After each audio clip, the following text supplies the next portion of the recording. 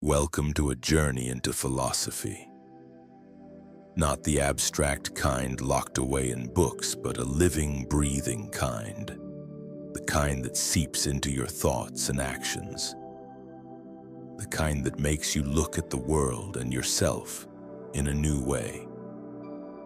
Today we begin a three-part series on a simple, counterintuitive, but transformative idea. If you want power, stop caring. Now that sentence might sound provocative. You might think it means become indifferent, cold, or cruel. But that's not the meaning we'll explore. The truth behind that sentence is deeper, more subtle, and much more powerful. We are going to take our time. We'll think slowly and reflect together. Let's begin with a simple question. What is power? Many people think power means control. Control over others, over circumstances, over outcomes. Some people think of power as dominance, as fame, wealth, influence, being the boss, being admired. But all these definitions have something in common. They all place power outside of you, as something to gain, something to chase. But what if real power is not something you get from the world, but something you uncover within yourself? What if power isn't about control at all, but freedom? To begin to understand this, let's go back, way back, to the ancient philosophers. In the West, we can start with the Stoics.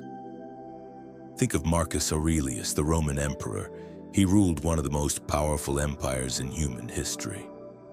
And yet, in his personal writings and what became known as meditations, he spoke over and over again about a very different kind of power.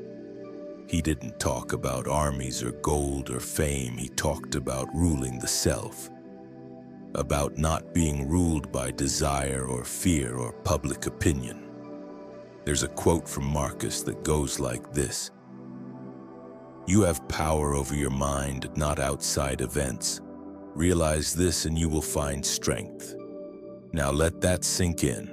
He's saying that the only true power is over your own mind, your thoughts, your reactions, your inner state.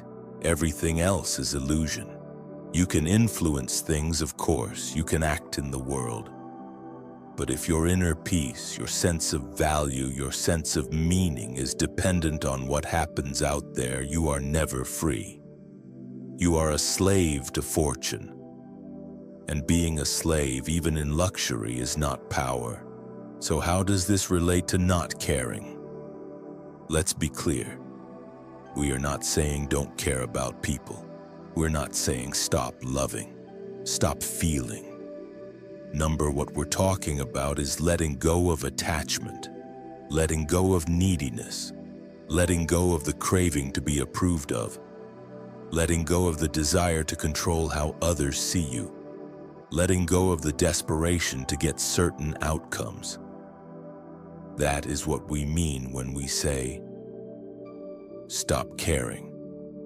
To understand this more deeply, we need to look at a concept that has appeared across cultures.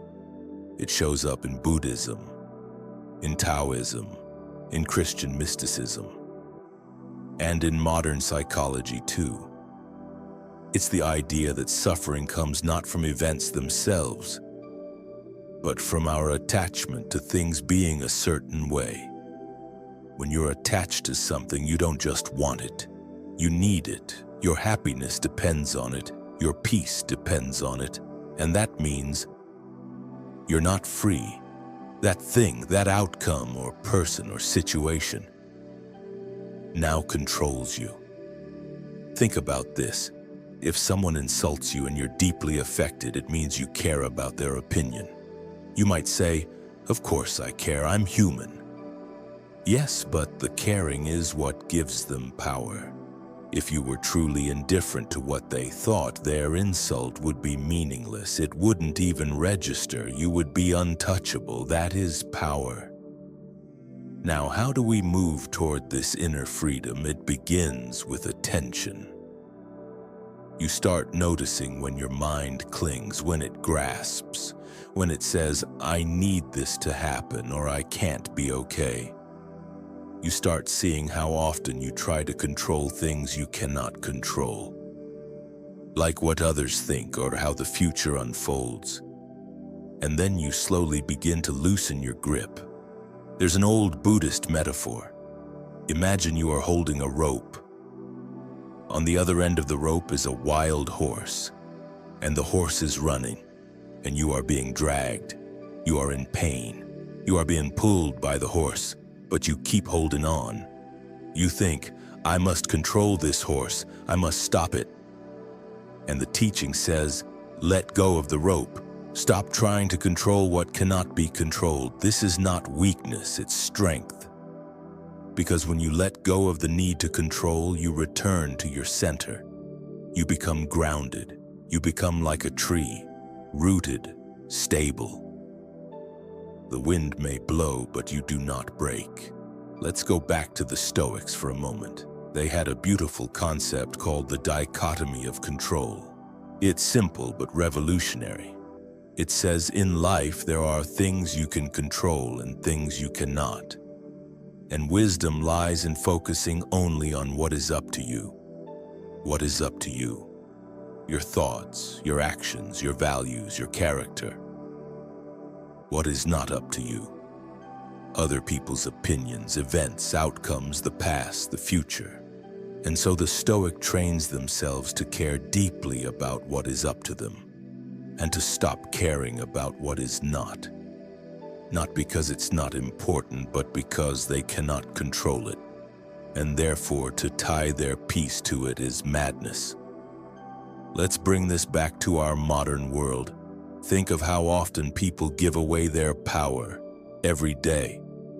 You post something online, someone criticizes it, and you feel crushed. Why? Because you cared. You cared about being liked, about being approved of, about being seen as right. Now imagine the same situation, but you've done the inner work. You've reflected. You've asked yourself, did I act with integrity? Did I speak my truth? If the answer is yes, then what others think becomes irrelevant. You are free, you are powerful. That's the paradox. When you stop caring about being powerful, you become powerful. Because you are no longer reactive, no longer desperate, no longer dancing for approval. You become centered, grounded, unshakable. Let's look at this from another angle. The idea of ego. Ego is not just arrogance. It's any image you have of yourself that you feel you must protect. I am smart. I am successful. I am good-looking. I am important. When you believe in these images and care deeply about maintaining them, you are always on edge, always worried about threats to your image, always defending, performing, comparing. But when you stop caring about how you are seen, something incredible happens. You become more real, more relaxed, more authentic, and people are drawn to that. Because it's rare, it's magnetic. That's why people who don't chase approval often have more influence. That's why leaders who are calm and detached, not cold but centered, command respect. Power is not loud. It is not aggressive. Real power is silent, calm. It doesn't chase, it doesn't beg, it simply is. Now let's be honest. This is not easy. To stop caring in the right way is an art. It takes practice, it takes awareness, it takes courage. Because we've been trained our whole lives to seek approval, to chase outcomes, to care about image, to care about winning. It's woven into our culture, into our education, into our media. But the invitation here is not to become passive, not to withdraw from life. It is to shift your center of gravity from outside to inside, from craving to contentment, from fear to freedom. There is a Taoist concept called Wu Wei. It means non-doing or effortless action. It doesn't mean doing nothing. It means acting without strain, without forcing, without clinging. Imagine water. Water is soft, but it wears down rock. It flows around obstacles. It doesn't resist. It doesn't care how it looks. But it moves with power. That is Wu Wei. That is the power of not caring.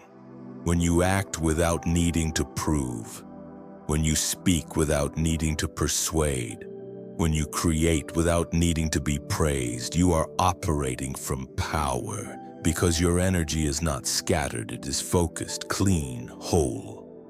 Let's consider a simple example. You're going into a job interview. Most people go in tense, nervous, trying hard to impress because they care. Trying hard to impress because they care. They care about being chosen, about being liked. But that caring, that desperation is a kind of weakness. It shows, it can be felt. Now imagine someone who walks in calmly. They are prepared. They know their value, but they are not attached. They are not needy. They are not begging. If they get the job, fine. If not, also fine. That person radiates confidence. They have stopped caring in the right way. And this applies to relationships too. People are attracted to those who are at ease with themselves, who are not trying too hard, who are not playing games, who are not obsessed with being wanted. Paradoxically, when you stop caring about being wanted, people want you more because you have something rare. You are complete in yourself. And let's not forget, power is not just about external success. It is also about peace, about waking up in the morning without anxiety, about moving through the day without fear, about facing difficulty with grace. That is real power. So here is the beginning of the path, to realize that power is not found in trying to control the world, but in freeing yourself from needing to. That you gain power not by caring more, but by caring less. Strategically, wisely, deeply, you care about what matters, about truth, about integrity, about compassion, and you let go of the rest. This is not a quick fix. It is a practice, a mindset, a shift in how you relate to life. And the more you practice, the freer you become. So if you want power, stop caring, not in apathy, not in bitterness, but in quiet strength, in detachment, in inner clarity. This is only part one of our journey. In the next part, we will go deeper. We will explore how this principle applies in leadership, in love, in ambition, and in daily life. We'll look at how to develop this mindset practically, with exercises and reflections from both ancient wisdom and modern psychology. Until then, take a breath, reflect, watch your thoughts today. Notice what you care about and why, and gently ask yourself, is this helping me? Or is it holding me? Because in the end, true power begins where false caring ends. Stay present, stay grounded, and remember, you are more powerful than you think. Welcome back to this journey through philosophy. In part one, we began unfolding a simple but radical idea that if you want power, you must stop caring. Not in a cold, detached way, but in a grounded, wise, inwardly free way. We looked at the Stoics, at Eastern philosophies, at modern struggles with ego and approval, and we saw that true power comes not from chasing the world, but from returning to yourself. In part two, we go deeper. Let's start by imagining a mountain, a tall, ancient mountain. It stands in silence, through storms, through sunshine, through time. It does not bend to the wind. It does not panic when clouds pass. It does not chase the sun. It simply is, strong, still, present. This mountain is what inner power looks like. This is what we are learning to become. Now let's think about modern life. The opposite of the mountain is everywhere. People are scattered, pulled in all directions, constantly reacting, scrolling, comparing, performing, apologizing, needing to be liked, needing to be seen, needing to be right. It's exhausting, and we call that ambition, we call that hustle, we call that success. But most of it is just noise, just movement, just fear in disguise. To rise above that noise, not in arrogance but in clarity, is to become powerful. So let's begin today with the idea of detachment. Now, many people misunderstand this word. They hear detachment and think it means giving up or not caring about life. But real detachment is not about apathy. It's about not being ruled by your attachments. You still love, you still work, you still create, but you no longer live in chains. Chains of needing outcomes, needing praise, needing attention. You act, you engage, you strive, but from a place of freedom. And that freedom is where your power lives. Let's look at this through an example. Imagine two people starting a business. The first person is driven by ego. They care deeply about being admired, about proving themselves, about beating others. Every failure crushes them, every critic rattles them, every delay feels personal. Why? Because they care too much. Their identity is tied to success. Their self-worth hangs on the outcome. Now imagine the second person. They are also driven, also hardworking, but different. Their sense of self is not tied to the outcome. They want to succeed, but they do not need to. They are not trying to prove anything. They are simply expressing, creating, serving. And when something fails, they learn, they adapt, they do not fall apart. That second person is more powerful. Why? Because they are unshaken, because they are detached. And detachment, again, is not weakness, it is the beginning of mastery.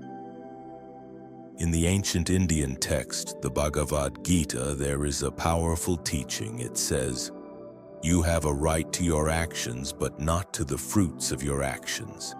In other words, do the work, but release the outcome. Act, but do not cling. In fact, when you stop trying to control others, your relationships improve. Because people can feel it when you are needy, when you are clinging, when you are manipulating, even subtly. But when you are whole within yourself, your presence is light, easy, magnetic. You draw people in, not because you are performing, but because you are real. Now let's move to leadership. The greatest leaders across history and across cultures have always shared one thing. They are calm in crisis. They do not panic. They are not ruled by fear. They are not trying to please everyone. They have let go of their image, their need to be liked. And because of that, they can lead. They see clearly, they act decisively, and they inspire others. Not by shouting, but by example. Think of Nelson Mandela. He spent 27 years in prison, and yet when he was released, he did not act from bitterness. He did not seek revenge. He acted from vision, from inner strength. That kind of power cannot be faked. It can only come from within. Or think of a monk in the mountains, no army, no followers, no fame, but deep peace, unshakable calm, and the power to touch hearts simply by how they live. So where does this inner strength come from?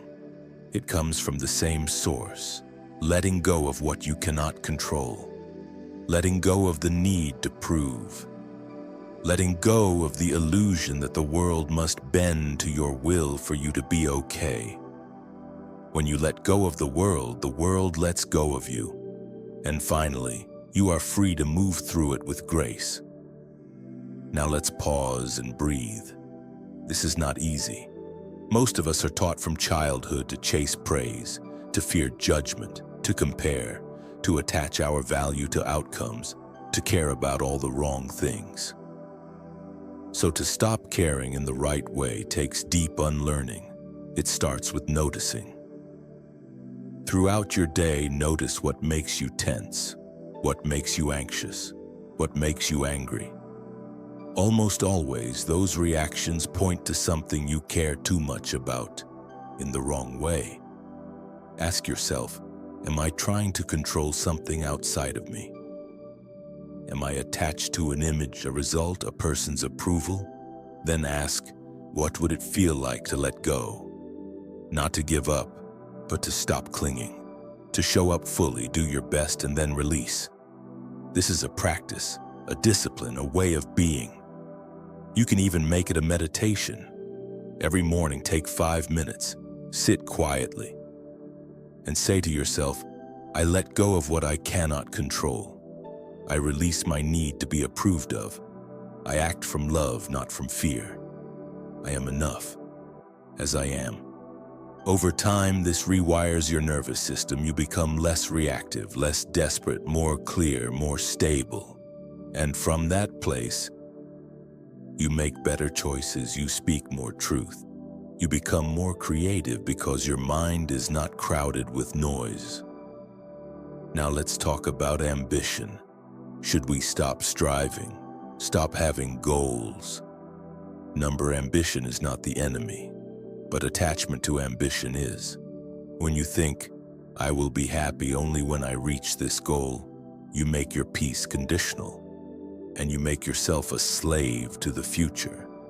But when you pursue goals from a place of fullness, when you enjoy the process, when you serve others, when you act from inspiration, not desperation, you become powerful because you are not needy. You are not waiting to become someone. You are already whole, and that wholeness flows into your work. So the question is not, do I have ambition? The question is, does my ambition own me, or do I own it? Again, this is subtle. It requires awareness. Most people chase success for identity. They want to feel like somebody, but when you stop needing to be somebody, you can finally become who you really are, and that person is much more powerful. Let's close this part with a story, a simple one. A Zen master was once praised for his wisdom. People traveled from miles away to hear him speak. One day, a visitor asked, Master, how do you stay so calm, so powerful, so unaffected? The master smiled and said, well, when I sit, I sit. When I walk, I walk. When I eat, I eat. The visitor was confused. But that's what everyone does. The master replied, no. When you sit, your mind is already walking. When you walk, your mind is already eating. You are always elsewhere. I am simply here. That's it. Power is presence. Power is simplicity. Power is letting go of what doesn't matter so you can fully live what does. So in this second part, we have explored deeper layers of what it means to stop caring. We have seen how it applies to relationships, leadership, ambition, and everyday life. We have seen that true power is not gained. It is uncovered, it is remembered, and it begins with letting go. In part 3, we will explore the final stage of this path, how to integrate this mindset into daily routines, how to deal with setbacks, critics, and rejection, and how to live from this center of power with humility, clarity, and peace. Until then, pause often. Notice what you're clinging to, and gently release. Because when you stop caring about the wrong things, you start living for the right ones. And that always is the path to real power. Welcome to the final part of our series, If You Want Power, Stop Caring. In part 1, we discovered the roots of real power, not in control, not in domination, but in detachment, in inner freedom, in the courage to stop chasing approval and to return to our center. In part 2, we explored how this freedom transforms our lives, in relationships, in leadership, in ambition. We saw how letting go, properly understood, makes us more resilient, not less, more influential, not less, and above all, more peaceful. Now in part 3, we ask, how do we live this way? How do we walk through the world with a quiet mind and an open heart? How do we practice the art of not caring in a culture that demands we care about everything? Let's begin with the core principle. The world is full of noise. Every day it pulls at you. Through screens, through social pressure, through the fear of missing out, through the need to respond, to react, to defend, and yet, you do not have to answer every call. You do not have to fight every battle. You do not have to carry the weight of everyone's expectations. Your power begins the moment you realize not everything deserves your energy. Say that again, softly. Not everything deserves your energy. Let that sink in. You were not born to explain yourself to strangers. You were not born to perform for likes.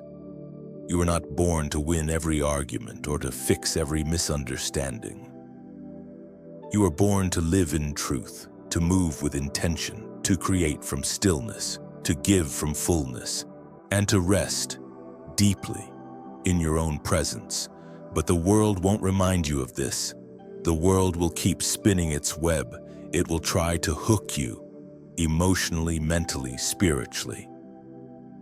So your first step in daily life is to withdraw the hooks, to notice, moment by moment, what is pulling at you and gently let it go. This is not easy, especially at first. The ego resists. It wants to prove, to defend, to control. But that's okay. You don't have to silence the ego, you just have to stop feeding it. When someone criticizes you, pause, breathe. Before reacting, ask, is this worth my peace? Is this my business? Is this true? If the answer is no, let it go. Let them think what they think. Let them feel what they feel. You don't need to chase closure or validation or revenge. Your power is in your stillness. Let's go deeper into criticism. One of the biggest blocks to inner strength is fear of what others think. And yet, no matter who you are, someone will misunderstand you. Someone will dislike you. Someone will twist your words. It's part of being visible. It's part of being human.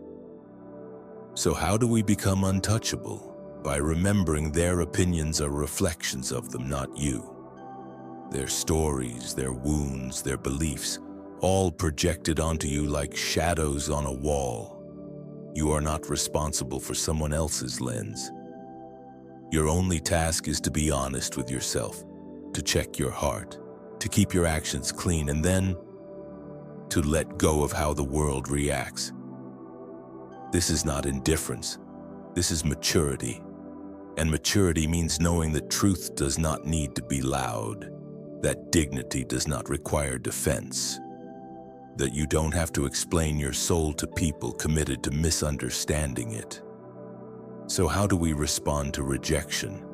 Gently, without panic, without spiraling. Rejection is redirection. Rejection is information. It shows you where you do not belong. It shows you what is not aligned. And it teaches you again and again that your worth is not negotiable. When you stop needing everyone to like you, you start becoming someone worth knowing. The roots, they remind you who you are when the world forgets. And number 5, remind yourself daily. Remind yourself, I am not my status. I am not my followers. I am not my income. I am not my mistakes. I am not my image. I am consciousness. I am presence. I am already enough. Say that softly, often. Let it live in your body, because the world will try to tell you otherwise again and again. Now let's talk about courage.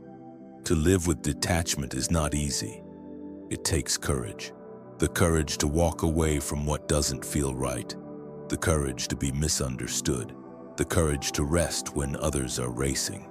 The courage to live by your own rhythm. Most people are afraid to stop caring because they confuse caring with control. But the truth is, when the less you try to control, the more control you actually have. Not over others, but over yourself. And that is the only control that ever mattered. Real power is not loud, it is quiet. It is the power of presence, of knowing you can walk away, of knowing your peace does not depend on anyone else. And when you carry that peace, others feel it, they trust it, they are drawn to it. Because deep down, everyone is tired of performing, tired of pretending, tired of caring too much about things that don't matter. So when you become someone who has let go, you give others permission to do the same. You become a lighthouse in the storm. Let's close with a final image. Imagine again the mountain, still, tall, silent. Storms come, rain falls, winds howl, but the mountain remains. It does not chase, it does not cling, it does not explain, it simply is. That is your power, not in chasing the world, but in being in the world without being consumed by it. You act, you speak, you love, you build, but you no longer carry what isn't yours. You no longer care about every opinion, every outcome, every fear. You care about what matters, and you let go of the rest. And in that letting go, you rise. So remember always, if you want to be powerful, stop caring. Not in anger, not in apathy, but in wisdom. Stop caring about being liked. Start living in truth. Stop caring about controlling others. Start mastering yourself. Stop caring about outcomes. Start showing up fully, freely, and letting life unfold. Because the most powerful person in the room is the one who doesn't need anything from it. They are whole. They are here. And they are free.